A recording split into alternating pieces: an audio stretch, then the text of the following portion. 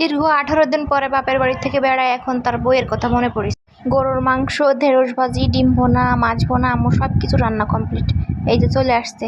Bike একটা ছিল না, FZ ভার্সন 2, ওটা বিক্রি করে এখন ওই যে আর একটা কিনেছে। মানে যখন যা মনে চায় তখন তাই করে, নিজের ইচ্ছা মতো। যাই হোক, কিনছে, ভালোই হয়েছে।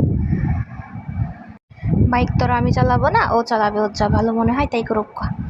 আমার আম্মু আবার বারবার বলতেছিল যে সাদা মানুষ এরকম কালো হয়ে গেছে কে, একদম কালো হয়ে গেছে। কালো হবে না, 18 দিন, বোঝো না কি করছে কি না করছে, টই টই করে বেড়াইছে সব জায়গায়। এই যে এইগুলা নিয়ে আসছে, দই, মিষ্টি, 7 আপ। ওদিক তাকালেই রাগ হয়েছে, হাত মা তেমন কালো হয়েছে।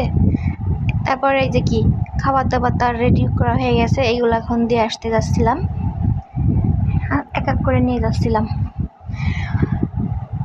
আমি আবার অন্য রুমে বসে চুপ করে ভাত খাচ্ছিলাম, আমাকে ডাকতেছিল, আমি যাই নাই।